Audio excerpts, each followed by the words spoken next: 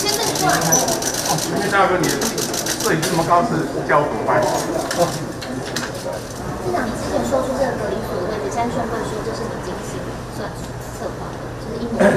那这个老实讲哦，我跟你讲哦，那选举都结束了，怎么这些艺术人员还在上班？很奇怪。我觉得你现在就是有。不是啊，我跟你讲哦，不好意思这样的，我也觉得台湾的，因为我自己是医界出身的，所以我对台湾的医疗体系非常有信心的。特别你们不要忘记，我们的副总统当年就是 SARS 时候是卫生署长，所以你看哦，你看哦。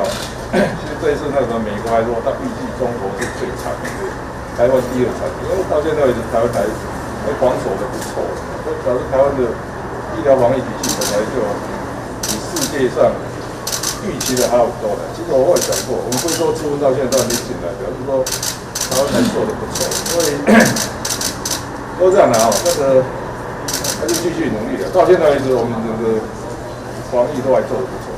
这不会受到某种挫折的情形，其中压力非常大，在于这个压力一定是大的，所以我们是看到很多事情，我现在我也不讲了，就是因为啦，这个是这样的，其实我们的医疗体系还大家要有信心，而且我知道国安会一旦启动，我们副总统还是很有经验，因为这个他以前就是 SARS 的时候他是卫生署长，所以大家不要紧张。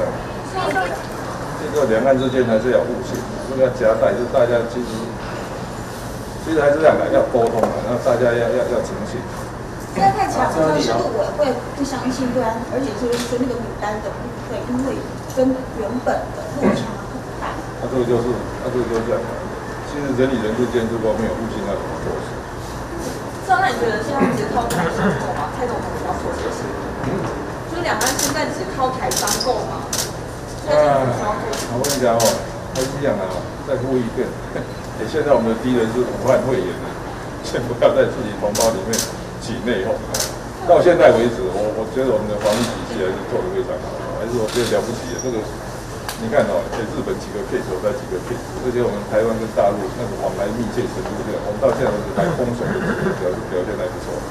他们徐正文扮演的角色，徐正文扮演的角色，你觉得？